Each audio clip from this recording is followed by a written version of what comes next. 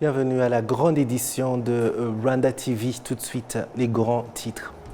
Le Premier ministre du Rwanda, le Dr Edouard Ngirente, a reçu ce mardi en audience une délégation en provenance du Lesotho dirigée par la vice-première ministre Ntomeg Majara. La commission rwandaise de démobilisation et de réintégration se félicite de la pleine intégration des ex-combattants dans la société rwandaise. Plus de détails dans cette grande édition. Encore une fois, bienvenue, chers téléspectateurs de la télévision rwandaise. Je suis David Carmel Ngabile. C'est une joie de vous retrouver. Je vous le disais en titre, le Premier ministre du Rwanda, le Dr Edouard Ngirente, a reçu ce mardi en audience une délégation en provenance du Lesotho, dirigée par la vice-première ministre Ntomeg Majara. Leurs entretiens se sont notamment focalisés sur l'amélioration de la coopération existante entre le Rwanda et le Lesotho. Cette délégation est en particulier venue s'inspirer de différentes initiatives que le Rwanda a mises en place pour booster son développement. La vice-première ministre du Lesotho, Ntomeg Majara, a indiqué que cette visite est la deuxième après une première qui a eu lieu il y a quelques mois pour apprendre de l'expérience du Rwanda et observer différents programmes dont le Rwanda s'est servi pour se reconstruire et promouvoir l'unité des Rwandais. Suivez-la. La raison principale de notre visite est d'apprendre. Nous sommes venus nous inspirer de l'expérience du Rwanda dans plusieurs programmes qu'il a mis en place, notamment à ce qui concerne la bonne gouvernance, la transparence, nous rendre compte des activités qui ont été réalisées ainsi que des initiatives comme les travaux communautaires qui se déroulent les derniers samedis de chaque mois. Il y a un tas de choses à apprendre. Nous sommes un nouveau gouvernement récemment élu. L'actuel Premier ministre n'a pas été précédemment un homme politique, mais plutôt un homme d'affaires. Il a ensuite choisi de s'entourer d'autres personnes provenant de divers secteurs pour fonder un nouveau parti politique, car le Lesotho estimait que c'était le moment d'apporter un changement et de sortir de l'ancienne politique. Et je vous l'ai dit tout à l'heure, la Commission rwandaise de démobilisation et de réintégration se félicite de la pleine intégration des ex-combattants dans la société rwandaise après avoir terminé des cours de réintégration. Cela intervient alors que la 72e promotion a été démobilisée ce mardi. Jean Damascène Manishimwe nous fait le point.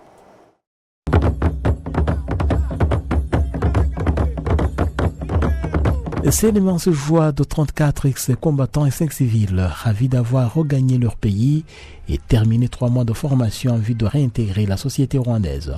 Parmi ces derniers figurent les militaires qui ont rejoint par force le groupe des FDLR étant enfants sans rien connaître de l'histoire de leur pays. Ils déclarent avoir récemment participé au combat entre le FARDC et le M23. Ces militaires recrutés alors qu'ils étaient enfants indiquent avoir été bouleversés par l'expérience malheureuse de la guerre qu'ils ont menée sans rien connaître de l'art militaire.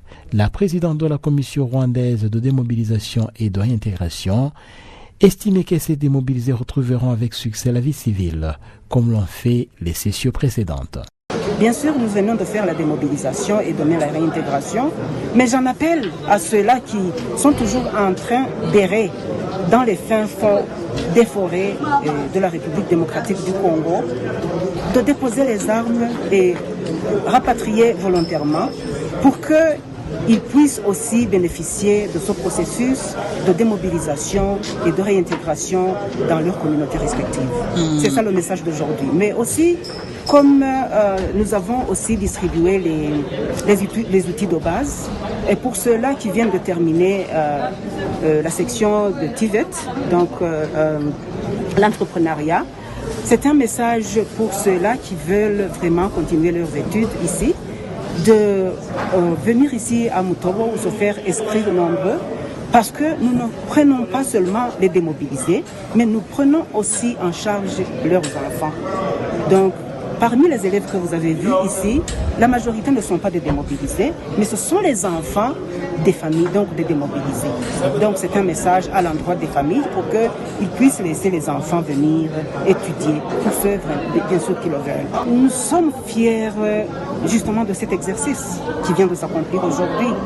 Nous sommes fiers aussi d'un fait lié au fait que tous ceux-là qui, en tout cas, ont séjourné ici, qui sont passés entre nos mains, qui ont bénéficié vraiment des cours ou des leçons liées à la réintégration. Nous sommes fiers du fait que personne jusqu'à présent ne nous a trahis. Personne en tout cas ne nous a trahis. En tout cas, si je me réfère au rapport que je reçois de la part des autorités de base, mais aussi des représentants d'autres institutions avec qui nous collaborons, personne ne nous a trahis jusqu'à présent. Si bien que je suis vraiment consciente que même ceux-là qui viennent à peine d'être démobilisés, ils vont se comporter très bien dans leur communauté respective et personne ne va nous trahir.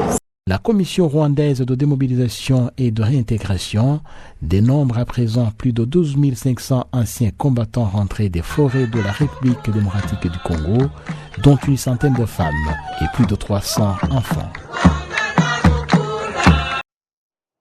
Vous suivez votre rendez-vous quotidien avec l'information sur Rwanda TV, la grande édition.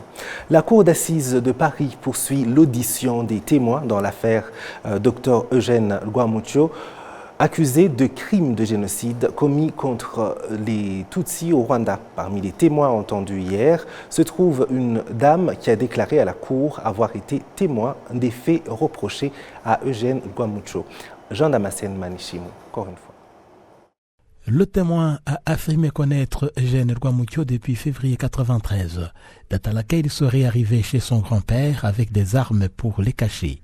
Il a également affirmé avoir vu l'accusé à mi-juin 1994 au centre hospitalier Université de Butare et derrière la maternité où étaient entassés les cadavres d'Otutsi. Il est alors entouré d'hommes en salopette grise sur lesquels est écrit « Hygiène » en lettres blanches. Le témoin déclare avoir vu Sostène Munyemana participer avec Eugène Rwamucyo à l'enfouissement.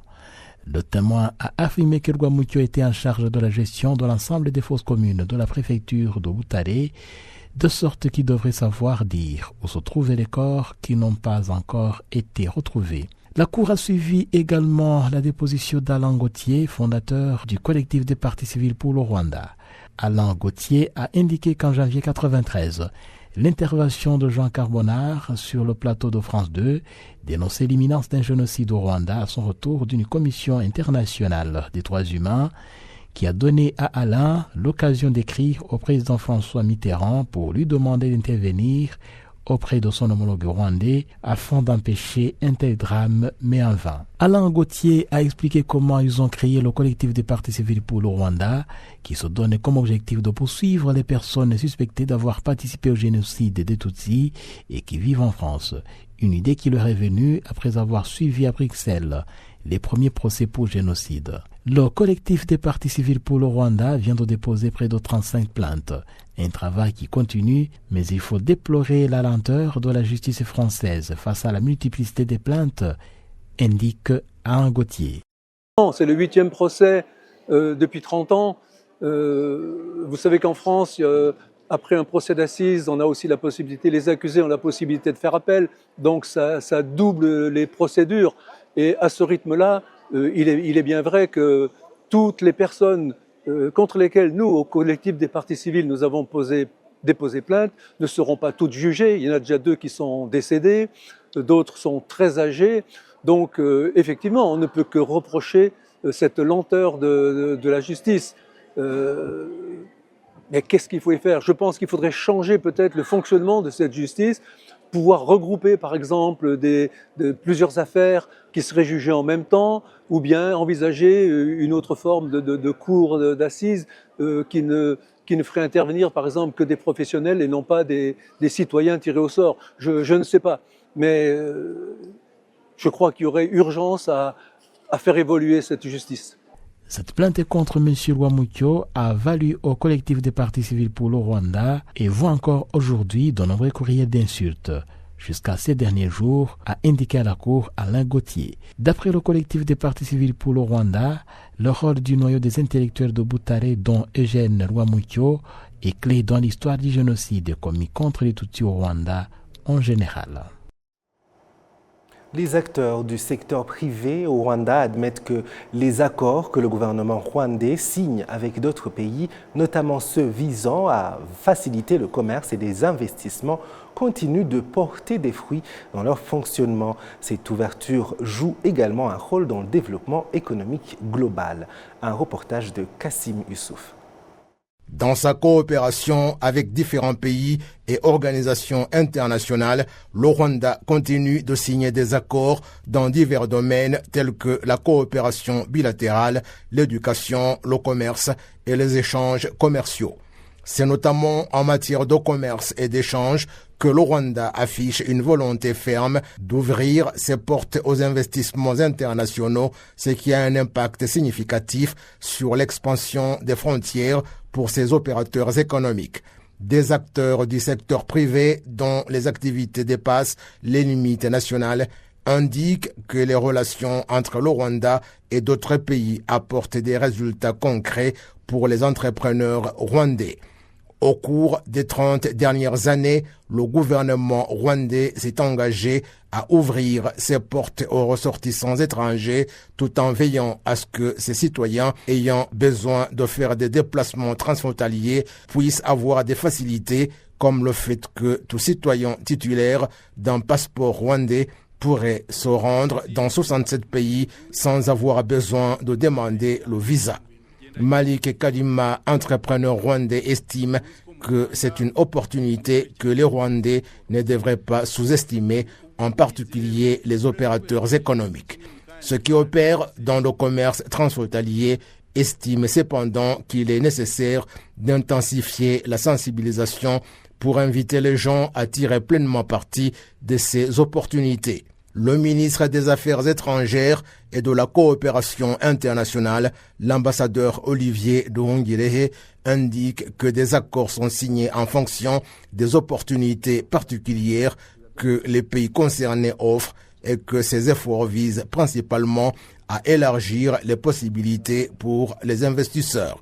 L'ambassadeur Nduhungirehe souligne également que le gouvernement du Rwanda continuera d'élargir le rayon d'action pour ses citoyens, ce qui leur permettra de jouer un rôle majeur dans le développement du pays. Hari ibihugu twagiye tugirana ayo masezerano yo gukuriraho visa kuri izo passport. Il y a des pays avec lesquels nous avons signé des accords pour supprimer les visas, ce qui est bénéfique pour les Rwandais car cela leur permet d'élargir leur rayon d'action. Les Rwandais ne doivent pas se limiter à voyager uniquement dans les pays avec lesquels nous avons historiquement entretenu de bonnes relations. Il existe également d'autres pays avec lesquels nous n'avions pas de partenariats auparavant et les Rwandais, qu'ils soient entrepreneurs ou étudiants, peuvent aller chercher des opportunités dans ces pays, tout comme les citoyens de ces pays peuvent venir au Rwanda. Le Rwanda continue d'élargir son rayon d'action et c'est une bonne chose car ce monde dans lequel nous vivons compte près de 200 pays. Autrefois, nous ne collaborions qu'avec quelques pays, donc il est essentiel de continuer à ouvrir ces portes, ce qui offrira des opportunités aux Rwandais ainsi qu'aux étrangers qui désirent visiter le Rwanda et y investir.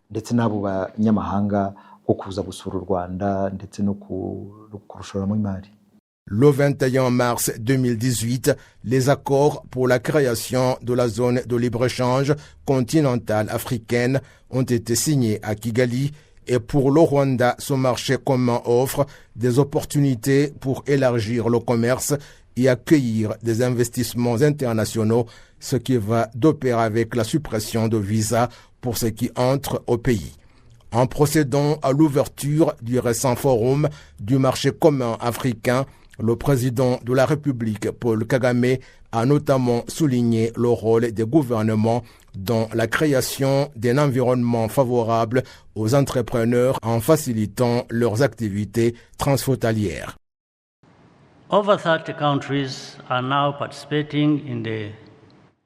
Ce sont jusqu'à présent plus de 30 pays qui sont impliqués dans ce programme commercial du marché commun. Le Rwanda se réjouit d'être parmi les premiers à y participer. Les gouvernements doivent bien comprendre leur rôle dans l'établissement de systèmes qui facilitent le commerce en éliminant notamment toutes les entraves au commerce et aux échanges, mais plutôt mettre en place des mesures pour faciliter le commerce et les déplacements transfrontaliers. As well as facilitating cross-border movement. La coopération entre le Rwanda et d'autres pays en matière de commerce et d'investissement est principalement renforcée par les relations politiques et diplomatiques que le Rwanda a établies avec ces pays. Le Rwanda dispose actuellement de 49 ambassades qui le représentent dans 147 pays et différentes organisations internationales, ainsi que 37 missions consulaires dans 17 pays. Dans la région et au sein des organisations internationales, le Rwanda est membre de 201 organisations et 45 pays ont leur ambassade à Kigali. Vous suivez la grande édition sur la télévision rwandaise. Le réseau électrique du Rwanda est actuellement connecté à ceux des pays comme l'Ouganda, le Kenya, l'Éthiopie ainsi qu'aux pays de la région des Grands Lacs, à savoir le Burundi et la République démocratique du Congo. L'interconnexion des réseaux aide les pays à trouver des solutions aux problèmes d'approvisionnement en électricité. Suivez.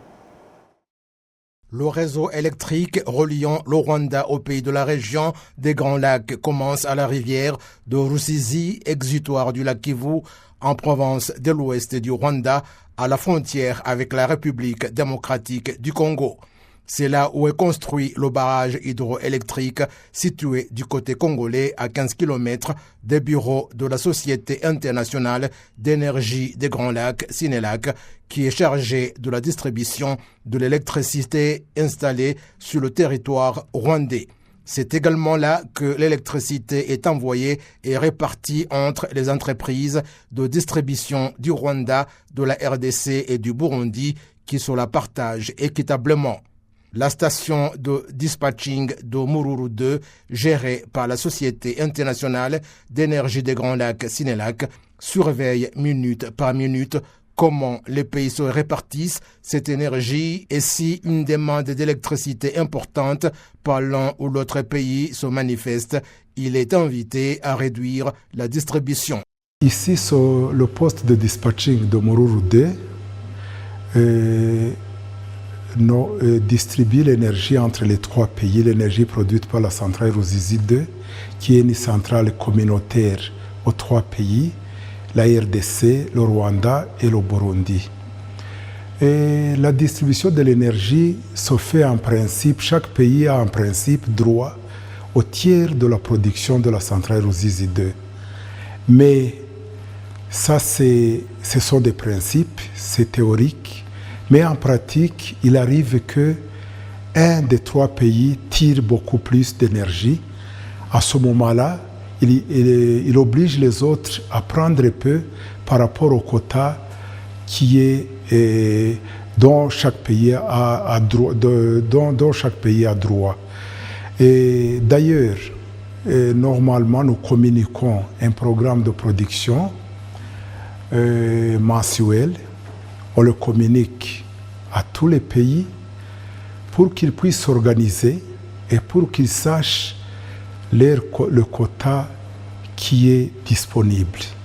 Alors, quand nous pouvons avoir des difficultés à répartir équitablement notre énergie, c'est le cas par exemple où un des pays peut avoir les travaux de maintenance sur la ligne les alimentant. À ce moment-là, il prend peu par rapport au quota, ou bien il peut avoir ce qu'on appelle les déclenchements de ces centrales, ou des unités de production, à ce moment-là, ils cherchent à tirer beaucoup plus par rapport au quota qui est communiqué. Et l'opérateur qui est ici, et nous les responsables de ce poste, nous avons le devoir de les rappeler chaque fois de revenir au quota. Et c'est un travail qui se fait régulièrement, chaque fois qu'il y a des équilibres entre la répartition des trois sociétés nationales d'électricité des trois pays. Chaque pays a un employé responsable à cette station de répartition de l'électricité. Le chef de poste Irambona Innocent explique comment, grâce à ce réseau, la RDC, le Burundi et le Rwanda disposent désormais de réseaux interconnectés avec ceux des communautés régionales environnantes.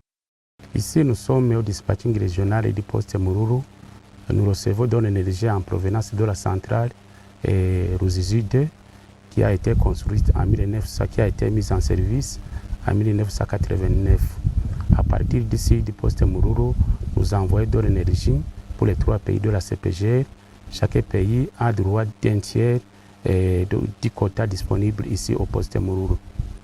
Ici au poste Mururu aussi, nous sommes interconnectés avec, nous sommes interconnectés avec les 3 pays. Le Samar Rwanda a été interconnecté avec l'Ouganda.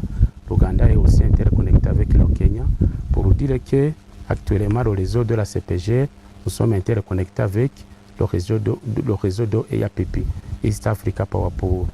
Prochainement, le EAPP sera interconnecté avec le réseau de la SADC. En plus de l'interconnexion des réseaux électriques, la société Sinelac prévoit des projets pour accroître sa capacité. Ruzizi 2 ou Ruzizi 2, plutôt Ruzizi 3 ou Ruzizi 4, ça aura une capacité de loin supérieure à Ruzizi 1, qui est de la RDC. C'est une centrale qui a été construite en 89, plutôt en 59. Du temps des Belges, ça a été construite par les Belges. Et à l'indépendance, le royaume de la Belgique a donné ça à l'État de la RDC. C'est sur la frontière des 2 pays. Et puis en 89 est venu Ruzizi 2, qui est géré par la Sinelac, qui est communautaire entre les 3 pays. Et Ruzizi 3, ce sera communautaire, et Ruzizi 4, ce sera communautaire. Et je dirais que Ruzizi 2, si tout va bien, qui est maintenant avec sa capacité installée de 45, elle sera multipliée par 5 avec Ruzizi 3. Donc c'est possible. Et même Ruzizi 4, ça sera presque autant. Donc il y a un énorme potentiel de produire beaucoup d'électricité. Et nous avons encore des déficits énergétiques dans les 3 pays. La demande y est toujours. Et il y a encore un autre avantage que l'hydroélectricité. C'est de l'électricité qui est propre. Et du côté de l'environnement, du point de vue environnemental, qui est préférable et qui est fiable et qui est même moins cher. Pour ce qui est du tarif, l'énergie électrique vendue par la Sinelac, elle est vendue à 5,3 cents par kilowattheure. Ça, c'est un tarif qui est le plus petit dans toute la région, si pas même dans toute l'Afrique. Le directeur général de Sinelac, Fidèle Ndeïsava, rassure par ailleurs ceux qui se posent la question sur une éventuelle incompréhension eu égard aux relations existantes entre les pays qui pourraient affecter la collaboration des employés et la répartition de l'électricité produite. Les accords portant création de cette société d'électricité ont été signés en 1983 et les travaux de construction des infrastructures ont débuté en 2084 et a commencé à fournir de l'électricité 5 ans plus tard, en 1989. Merci Kassim. Au Rwanda, une école africaine de gouvernance connue comme ASG va bientôt ouvrir, proposant des cours liés à la gouvernance. L'établissement universitaire proposera des programmes de classe mondiale en matière d'éducation, de recherche et d'engagement en politique publique. L'école africaine de gouvernance est une initiative proposée par certains dirigeants du continent africain, notamment le président Paul Kagame et Hailemariam Desalegn, ancien premier ministre d'Éthiopie. La fondation ASG a désigné le professeur Kingsley Moghalu comme président de cette université. The vision that the ASG has. La vision de l'école africaine de gouvernance est celle d'une Afrique de paix et de développement, avec pour objectif de former les leaders compétents et dotés de perspectives sur un développement durable pour l'ensemble du continent, ainsi que sur le fonctionnement de la politique en Afrique. Cette initiative émane de son Excellence au président Paul Kagame et de son Excellence Hailemariam Desalegn, qui partagent l'idée qu'il serait bénéfique de créer une école dédiée à l'enseignement de la gouvernance adaptée à notre continent. Grooming the next generation of leaders for our continent. Le président de cette école a également évoqué les cours qui seront dispensés et a expliqué la manière dont ils seront enseignés. We will be teaching public policy, a master of public administration. Nous dispenserons les études de politique en général, ainsi que des sujets liés à la gouvernance, tels que le master en administration politique, qui sera proposé aux étudiants en début de carrière sur une durée de 2 ans. Il y aura également des programmes à court terme d'une durée de quelques mois visant à renforcer les compétences en leadership professionnel, tels que le master exécutif en administration publique. De plus, nous proposerons des cours sur l'histoire de l'Afrique, le commerce et la technologie. En général, ce sont ces domaines que nous mettrons particulièrement en avant et tout cela émanera de l'ASG pour être utilisé dans la gouvernance de notre continent. L'ASG sera un centre africain qui va contribuer à renforcer les capacités en gouvernance au-delà des frontières et à faire entendre la voix de l'Afrique dans le monde entier. Il est prévu de transformer le leadership du continent en répondant aux divers besoins des dirigeants de toute l'Afrique.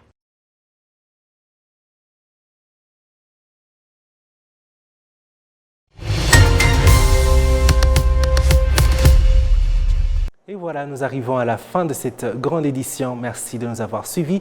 Je remercie toute l'équipe qui m'a aidé à la préparer. Au plaisir de très bientôt vous retrouver.